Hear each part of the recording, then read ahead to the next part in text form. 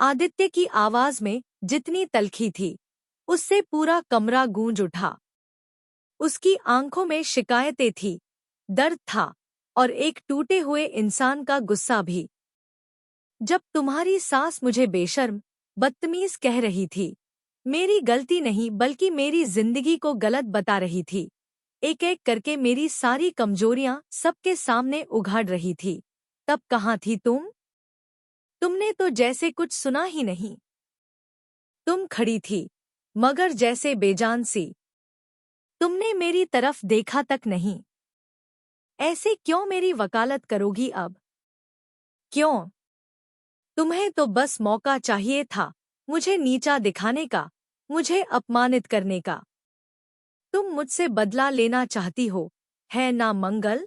आदित्य का ये लहजा सिर्फ ताना नहीं था, ये हर उस पल की पीड़ा का बयान था जिसे उसने खामोशी से जिया था, जब उसे अपनों के बीच ही पराया बना दिया गया था। मंगल खड़ी रही, उसका चेहरा बुझा हुआ था, लेकिन आंखों में गहराई थी। वो सब सुन रही थी, समझ रही थी, मगर कह नहीं पा रही थी। और शायद यही चुप्पी आदित्य के लिए सबसे बड़ा वार थी। वह उसके जवाब न देने से और ज्यादा आहत हो रहा था। इसी बीच घर के एक कोने में बैठी प्रेमा जी का रोना तेज हो गया था। वह बार बार बड़बड़ा रही थी, घर गई कोई उम्र है मरने की। उनकी आंखों में आंसू नहीं थे, अब बस खालीपन था। वह इतनी चुप हो गई थी जैसे उनकी आत्मा ही उनके भीतर कहीं दब गई हो।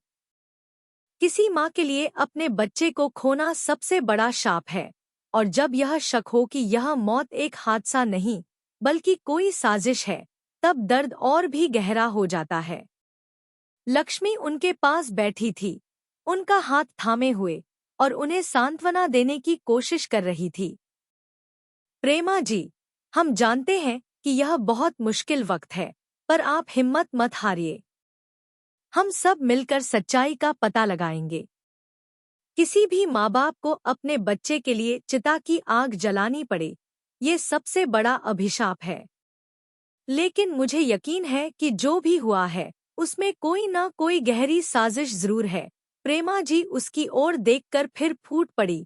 वो इतनी आसानी से नहीं जा सकती लक्ष्मी, और वो भी खुदकुशी करके। मेरी बेटी ऐसी नहीं थी, वो अंदर से बहुत मजबूत थी। उसी समय इंस्पेक्टर अंदर आया, उसके पीछे कुछ पुलिस वाले भी थे, जिनके हाथ में कुछ दस्तावेज और एक फोल्डर था। उन्होंने गंभीरता से कहा, शरीर पर जो निशान है, वो सामान्य नहीं है, किसी प्रकार की बाहरी चोट का संकेत दे रहे हैं। हम इस केस को आत्महत्या नहीं मान सकते। अभी तो बहुत कुछ जांचना बाकी है। ये मामला जितना सीधा लग रहा था, उससे कहीं ज्यादा उलझा हुआ है। कमरे में मौजूद हर एक व्यक्ति ने एक दूसरे की तरफ देखा, जैसे कुछ छुपा हुआ सच अब सामने आने को हो। इंस्पेक्टर ने इशारा किया और दो कांस्टेबल्स ने सबूतों से भरा बैग टेबल पर रख दिया। लक्ष्मी आगे बढ़ी और बोली, सर, मुझे लगता है कि जिया की मौत सिर्फ दिखावा है। वो खुद ऐसी कोई हरकत नहीं कर सकती।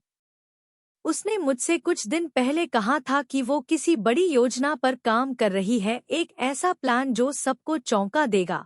इंस्पेक्टर ने उसे गौर से देखा। क्या आप इस बात को साबित कर सकती हैं?